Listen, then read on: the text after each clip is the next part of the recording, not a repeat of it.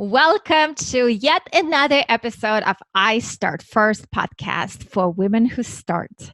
And today I am so excited to host one of my favorite ladies, one of my favorite founders of the marketing agency for food and beverages here in the state of Arizona, Melissa Anaya. Ladies, you better buckle up. This lady is going to bring it to you raw and real. We're going to talk about what it takes to build a digital agency from scratch, how to find your calling, how to build a company that's different and driven by relationships and not dollars, and how the dollars just keep coming in.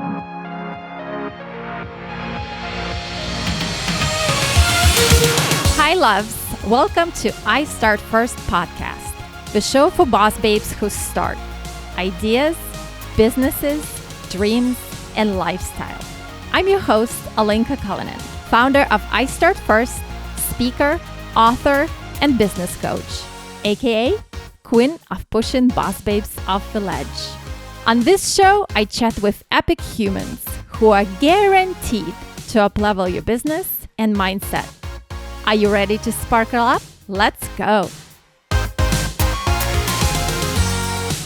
Hi, ladies. So excited. Welcome to another episode of iStartFirst podcast. And today's guest, lady, I'm so excited. So without keeping it from you any longer, here we go. Welcome, Melissa Anaya. How are you? So good to have you. I'm so excited to have you. Honestly, just watching your journey. I mean, watching your growth. I don't even know how many years ago now we met, 3, 4, something like this. So Melissa, share your story with them. Tell them a little bit more about your company, how it all came to be. We're dying to know. Oh my gosh. Okay. Well, about 5 years ago, I went through a pretty crazy divorce. And I had always been a stay-at-home mom, actually, my entire life. The last year, I ended up getting a really great job managing NOS energy drink brand for the state of Arizona. So that's where I met my partner and my boyfriend, Jim. And then from there, I opened a brewery called the Perch Pub and Brewery in downtown Chandler, which was great. And they needed someone to do their marketing and their social media.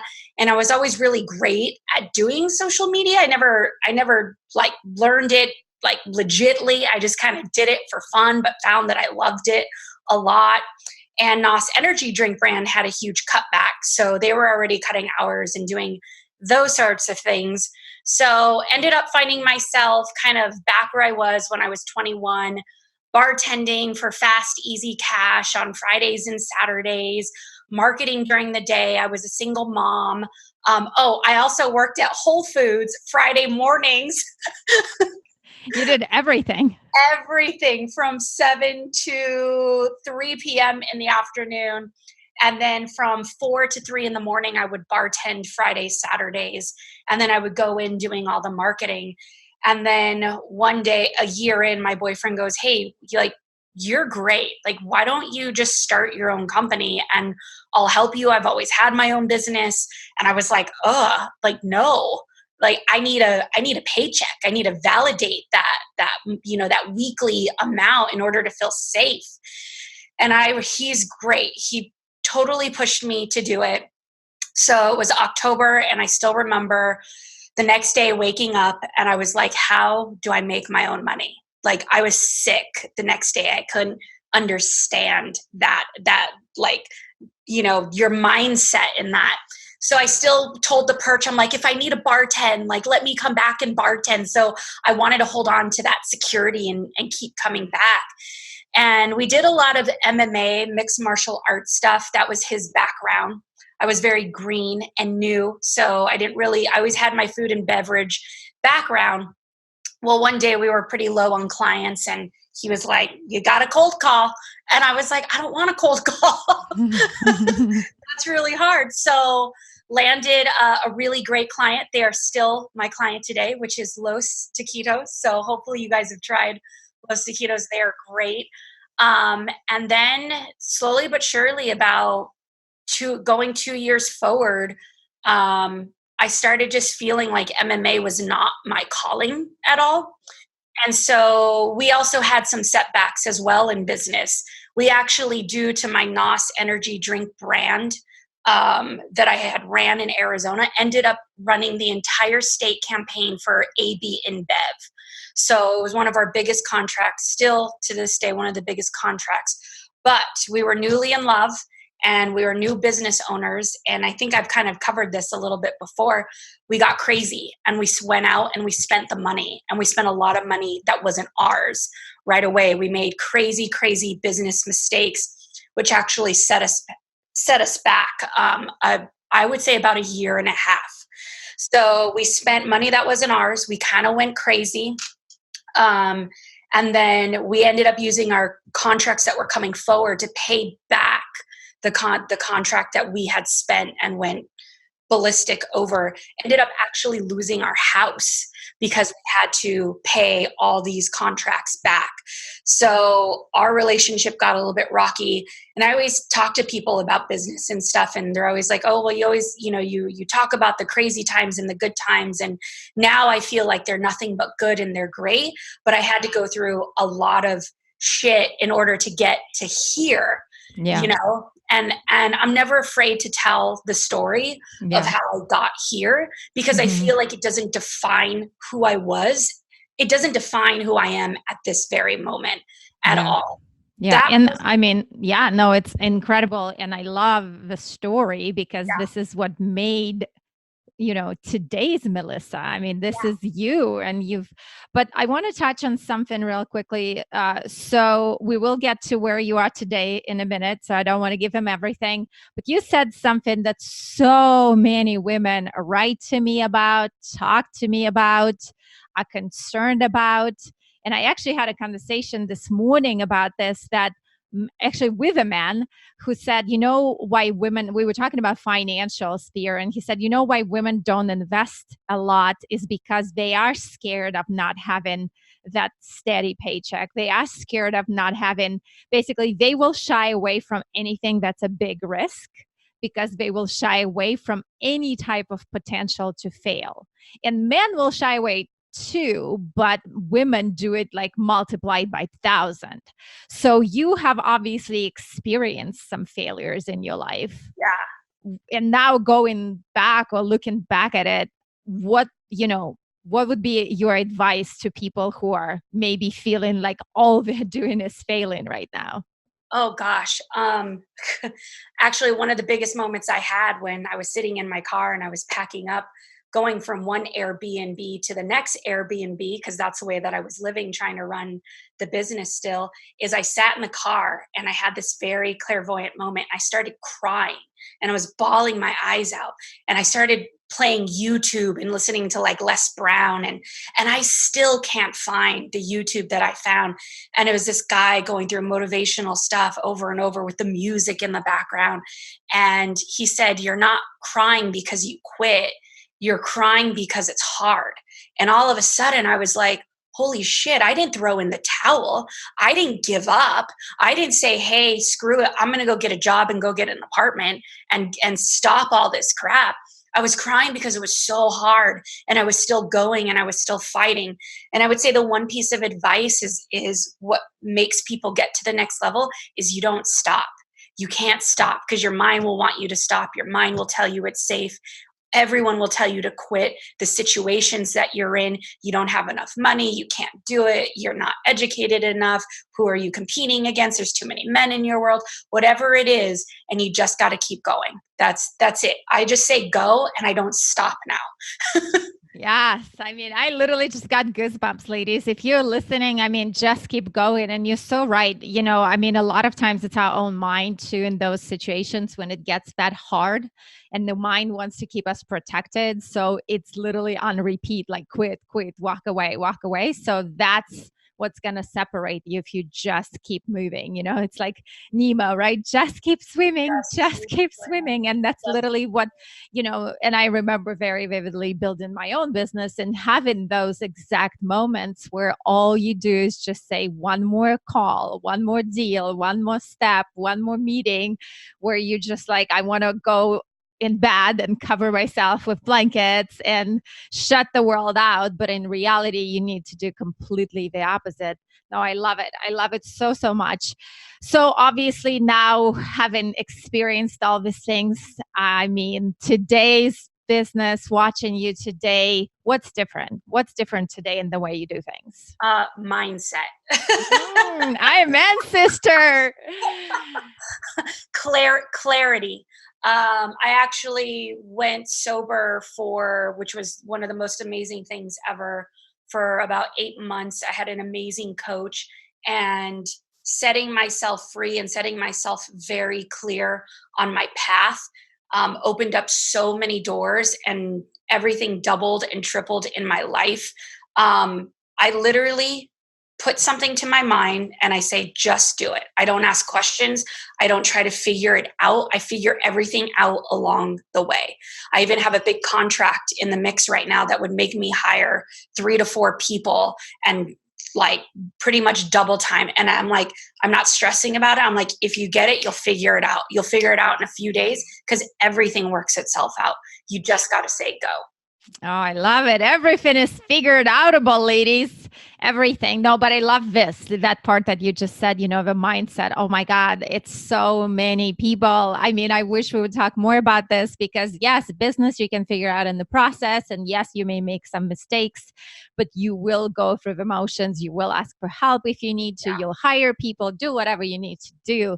But if your mindset shuts down, that's where everything stops. And then no matter the amount of advice, the coaching, the whatever you're going through, any help you're asking for, if you yourself are having that resistance, that's where everything ends. It starts there and it ends there. Yeah. No, I love it. So tell us more about kind of who your clients are today. Yes. What are you loving? Like what are some highlights now that by the way, if you haven't seen her social media, I'm going to put that into the notes, ladies. Obsessed. I mean, talk about somebody who, and this is purely me shouting out. She didn't ask me to do it. This is just holy shit. Like I figured it out. It is clear as day. I know exactly who my clients are, who I want to work with, and just the way she does it. I mean, if it's not contagious to you, something is wrong with you. Like get off social media, but definitely go see her, see her brand and see how she does it. Absolutely extraordinary. But yes, tell them more. Tell them more. Oh my gosh. Okay. So then I merged everything about 2 years ago. So now we solely are a food and beverage social media marketing agency. We have so many great clients. We just ran Arizona Restaurant Week again. We have Los Taquitos. We work with Square One. We work with SIP. I have a lot of amazing clients. Then about a year ago, I decided to start, which if you'll look at my Instagram and check it out, my food vlog side. As a marketer, I just took something that was missing in our industry. And I was like, I see so many photos and I see so many write-ups and so many websites and they're all great. And I love all these ladies and men that I work with. And I was like, but no one's on camera. And I was like, and I owned my equipment at the time and my boyfriend helped me and he shot it. We were our own videos editors and it was for practice. And then as soon as I felt like I could just do it on my own, I pretty much just now I have my crews that I hire. We come in, we show the food. It kind of has like a Guy Fieri type twist. What I'm aiming for is but better. Yeah. But better. Thank you. Like a boss babe. Is to be the trusted source in Arizona for food and beverage and as a marketing agency. So I'm building 2 brands here in the state of Arizona where I'm born and raised, and I know every piece of this zip code all the way from here to Tucson. I love it. I love it. No, it's so true. And I mean, you literally nailed it because especially with food, I mean, show it to me. You can give me every description under the sun and put a picture there. But the minute you put it on video and like you said, the way you do it, it's about taste and smell and description and seeing it. And obviously you bring your own personality to that. That's why it's so, so special. And it obviously gives it a completely different flair. And yeah, I mean, it's absolutely amazing to watch. So, I mean, props. Thank Bow you. down, incredible. So yes, if you are looking to grow a brand, just go see how she does it. It's absolutely stunning. It's contagious. It's joyful. It's you can tell you are very passionate about it, and it's definitely your calling. And I'm like, I don't even love every food she talks about, but she talks about it. I'm like, I want to try that. So yes, no, it's awesome, absolutely awesome. So in terms of, so right now you're mostly hiring independent contractors, am I correct? Yes. Yes. So can you talk a little bit more? Obviously you've grown quite a bit in the last couple of years, and now you working with bigger clients. A lot of women kind of like almost hold themselves from that growth. They're almost like scared to go there. So where is that? I don't know if I want to call it balance. There is not really a balance, but Yeah. where's that threshold where you're like, you know what, I just can't do it anymore, like I need help, I need people, and like how do you not get scared and talk yourself out of it? I think that just comes with time from stretching yourself out, feeling maxed out. A few months ago, I was like, this can't be normal. Like you only have so much bandwidth in a day, and if I can't give to my kids, or I can't give to my partner, and I can't give to myself, and I'm not taking care of me, there's something wrong with that picture. And I think that in the beginning, I tried to hold on to the dollars, and what I realized that if you get rid of the dollars and put it towards the right people, you can double down on anything that you do. And so now I'm in the process of hire the people, and there's people even better than me, hire them, bring in top ad specialists to run our ad campaigns for our clients, get me out of that. And I want to eventually oversee people, not the work. And I think that's the next flow of what I'm working towards. Oh my God. If you haven't written it down, which you just said, you have to. Stop holding on to the dollars and bring in people and put it towards people who matter, who are good, who are great. I mean, that I cannot tell you, like this right here, you guys, if you're listening, ladies, this is $1 million idea. I'm not even playing, because so many companies I see that I coach, or the women I work with who run their companies, this is probably number one mistakes that startups make. And they will hold on to those dollars because they're so worried, what if I'm not going to make more? But the truth is, if your business is thriving right now and you bring a good person on board, they're not going to screw it up. I mean, obviously, you've been building it and you're going to oversee that person. And if that person is talented and great, they are going to help you grow. And that's so, so true. Yes. So don't hold on to the dollars, put it towards the people. I love the flow you're working on. It is so true. So you did mention a little bit of sort of the forbidden topic that nobody wants to go into, is that taking care of self. As entrepreneurs, and especially as women and moms, having kids and having a partner, obviously everybody wants time. So how do you balance or work on that balance of getting there, given that time? I still struggle with this a little bit, but I've gotten better. I had a great coach, Luke Kayam, here in Arizona, and he believes in balance, business, and being. So that's been really probably one of the biggest things that I've worked on, is that I find if I take care of myself first in the morning, because it's almost like once I plug in, I'm off to the races. So it's very hard to disconnect. The second part is that I've seen when I don't take care of, like if you look back at old photos and where I didn't take care of myself, you can see the difference. There is a clear difference when you're taking care of yourself, your being, your body. Also, those times when you're done with work, the loneliness set in, because my kids go, I'm 50-50, I'm divorced. So my kids will go to their fathers. My partner is not here all the time. So those times set in where it's lonely. And I'm like, see, this is where your balance needs to come in, because now you're sitting alone with nothing to do. And that makes me kind of realize that if everything else went away, I'm left with nothing.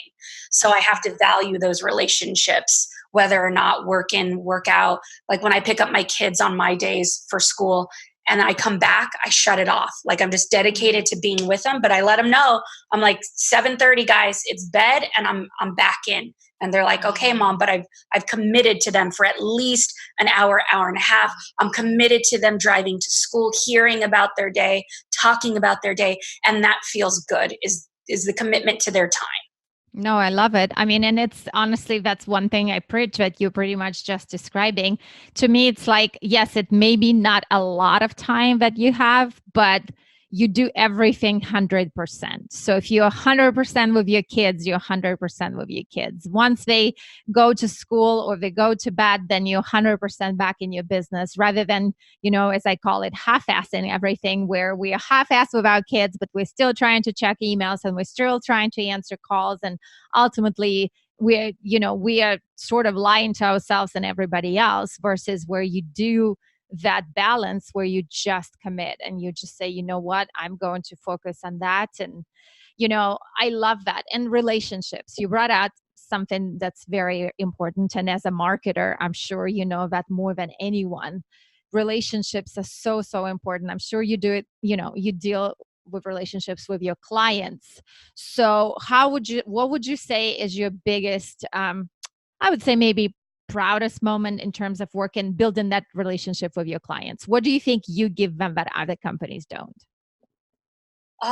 You know, I would have to say that every client that I have becomes my friend.